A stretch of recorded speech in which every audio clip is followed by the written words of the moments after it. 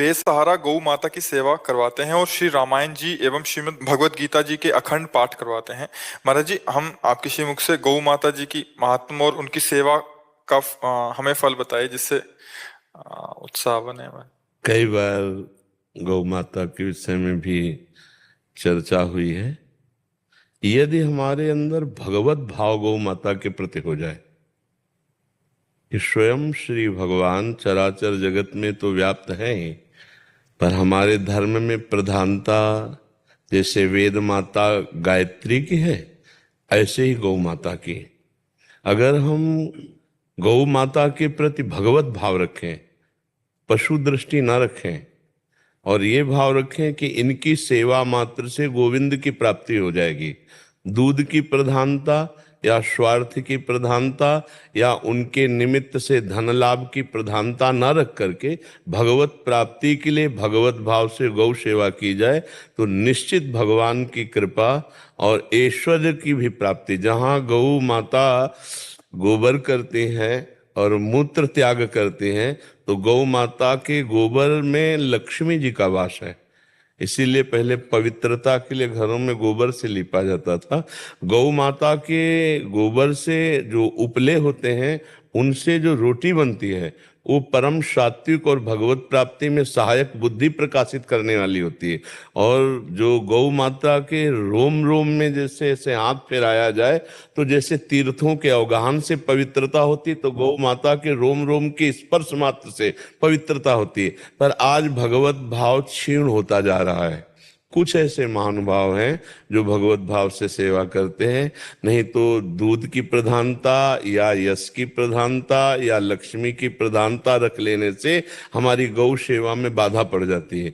जो गौ सेवा जैसे वयोवृद्ध गौ है, दूध देने योग्य नहीं है, बीमार हैं या जिनका कोई पालन नहीं करता है, जैसे आज बैल की अव्यवस्था है क्योंकि बैलों के द्वारा अब खेती जोती नहीं जाती तो ट्रैक्टरों का प्रयोग हो रहा है, तो बैलों की जो अव्यवस्था हो रही है तो गौ सेवा के अंतर्गत हम दूध ना देने वाली गाय, वयोवृद्ध गाय, बीमार गाय और बैल आदि की जो सेवा भगवत भावना से की जाए तो निश्चित लोक परलोक सब सुधर जाए, निश्चित भगवत प्राप्ति हो जाए। और हमारी प्रार्थना है कि हर एक गृहस्थ को अपनी आय से 1 रुपया ही निकालकर प्रतिदिन यदि हम रखें तो 30 रुपए का हम एक दिन अगर गाय को चारा एक गाय को दे दे तो हम अपने धर्म का पोषण करने वाले बन जाएं। इस हिसाब से अगर हमारी आय अधिक है तो हम अधिक रुपया 10 रुपया रोज निकाल करके रखें, 100 रुपया रोज निकाल करके रखें, क्या घाटा चला जाएगा।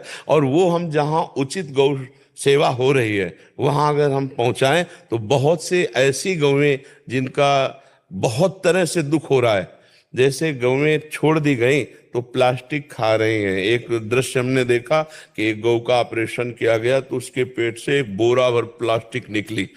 अब उनको भोजन नहीं मिलता तो इधर उधर पड़ी हुई प्लास्टिक, अगर वो गौशाले में सुरक्षित है, सेवा और चारा पा रही हैं तो हमारे धर्म का पोषण हो रहा है। गौ हमारे सनातन धर्म में परम पूज्य स्थान माता का प्राप्त किए हुए, जैसे वेदत्रयी गायत्री माता ऐसे गौ माता। तो हमें लगता है कि सब गृहस्थ जन जो है कुछ न कुछ अर्थ अपना गौ सेवा के लिए अगर निकाल के रखें और समीपस्थ जो गौ सेवा हो जहाँ गौशाला आदि वहाँ पहुँचा दें या चारा खरीद कर स्वयं पहुँचा दें तो गौ सेवा होने से हमारे धर्म की रक्षा होगी और हमारे भगवान प्रसन्न होंगे। जब पृथ्वी को पीड़ा पहुंची तो गौ रूप धारण करके भगवान को पुकारा तो भगवान का अवतार हो गया और भगवान अवतार लेकर गोविंद रूप से गौओं की सेवा की। इसलिए हमें लगता है सबको गौ सेवा में सहयोग करना चाहिए। स्वयं पाल करके यदि सेवा करने की सामर्थ्य न हो तो जहाँ गौ पालन हो रहा है वहाँ अपना कुछ सहयोग पहुँचा देना चाहिए। हम भारतवासी कितनी मात्रा में हैं, अगर हम एक एक थोड़ा थोड़ा सहयोग करें ना तो हमारी गौएं बहुत सुखी हो जाएं, बहुत आनंद हो जाए। और जहाँ गौ और धर्म संत जन ये सब फलीभूत होते ना वो देश सुखी होता है।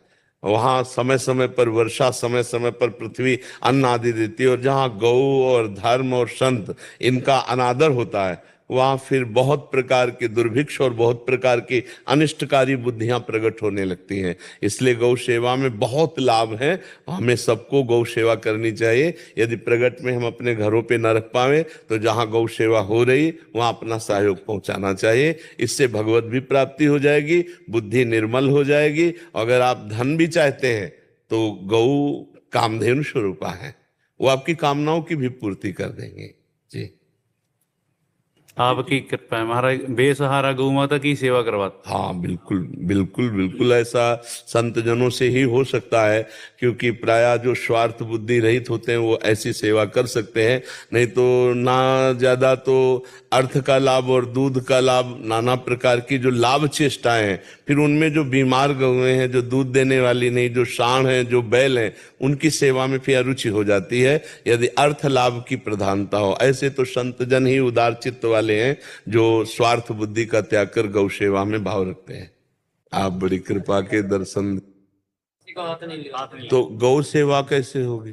गौ सेवा भक्तजन कराते हैं महाराज, जो सेवादार हैं। अच्छा ये प्रेरणा देते हैं जी ग्रामवासियों को, नहीं? अच्छा, तो ग्रामवासी उनकी प्रेरणा से गौशाला बना देते हैं जी वहाँ। हाँ तो बहुत ये और अच्छी बात है, ये तो और उत्तम बात है। जंगल में रहते हैं। हाँ, ये बहुत उत्तम बात है।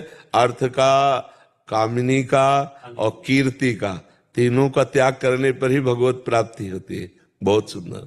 नहीं, हमें बहुत उत्साह है नए नए बच्चों को देखकर। हाँ, और प्रेरणा करो हमारे समाज में भगवत प्राप्ति के मार्ग में अग्रसर हो। जैसे नौजवान बच्चे ना, ये तप और संयम से जब चलेंगे तो आगे चलकर हमारे भारत के लिए ये विभूतियां बनेंगे, ये जगत कल्याण करने वाले बनेंगे। इस अवस्था से जो चलते हैं ना ब्रह्मचर्य पालन करके, वो आखिरी तक अवश्य माया पर विजय प्राप्त कर लेते हैं। इसलिए चलो, बहुत सुंदर, अच्छा लगा। माता जी, बाबा जी की लगभग जी 50 गौशालाएं हैं जो इनके आशीर्वाद से चल रही हैं। हाँ बिल्कुल ठीक है। पंजाब और राजस्थान इनके अंदर है। तो उनमें मतलब गृहस्थ लोग उसके मुखिया होते हैं। हाँ जी महाराज। और वो अर्थ आदि लेकर उनकी सेवा